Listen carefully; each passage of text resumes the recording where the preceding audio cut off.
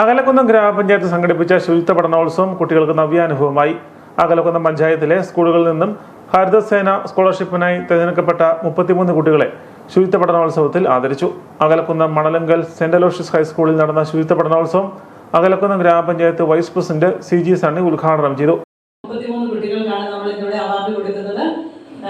Award ഇനിയും അതായത് വരും വർഷങ്ങളിലും നിങ്ങളുടെ പ്രവർത്തനങ്ങൾ നന്നായിട്ട് തുടരട്ടെ എന്ന് ആശംസിക്കുന്നു. അതുപോലെ തന്നെ സ്കൂളുകളിലും വീടുകളിലുമൊക്കെ പ്ലാസ്റ്റിക് മാലിന്യങ്ങൾ കുറയ്ക്കുന്നതിനും അതോടുകൂടി ജൈവ മാലിന്യങ്ങൾ ശരിയായ രീതിയിൽ സംസ്കരിക്കുന്നതിനും നിങ്ങൾക്ക് സാധിക്കട്ടെ. ഇതുമൂലം നമ്മളുടെ പഞ്ചായത്തും നമ്മളുടെ നാടുമെല്ലാം മാലിന്യമുക്തമാകട്ടെ എന്ന് ഏറ്റവും സ്നേഹത്തോടെ ആശംസിക്കുന്നു. ആരോഗ്യ വിദ്യാഭ്യാസ standing committee chairperson Sindhu Anilkumar അധ്യക്ഷയായിരുന്നു. ക്ഷേമകാര്യ standing committee chairperson Mijo Joseph സ്വാഗതവും Saint Aloysius high school headmaster Joji Thomas നന്ദിയും പറഞ്ഞു. ശുചിത്വ mission Pampady block resource person Harikumar Mattakkara സന്ദേശം നൽകി. Akalakkunnam government LP school headmistress Girija KG പദ്ധതി വിശദീകരണം നൽകി.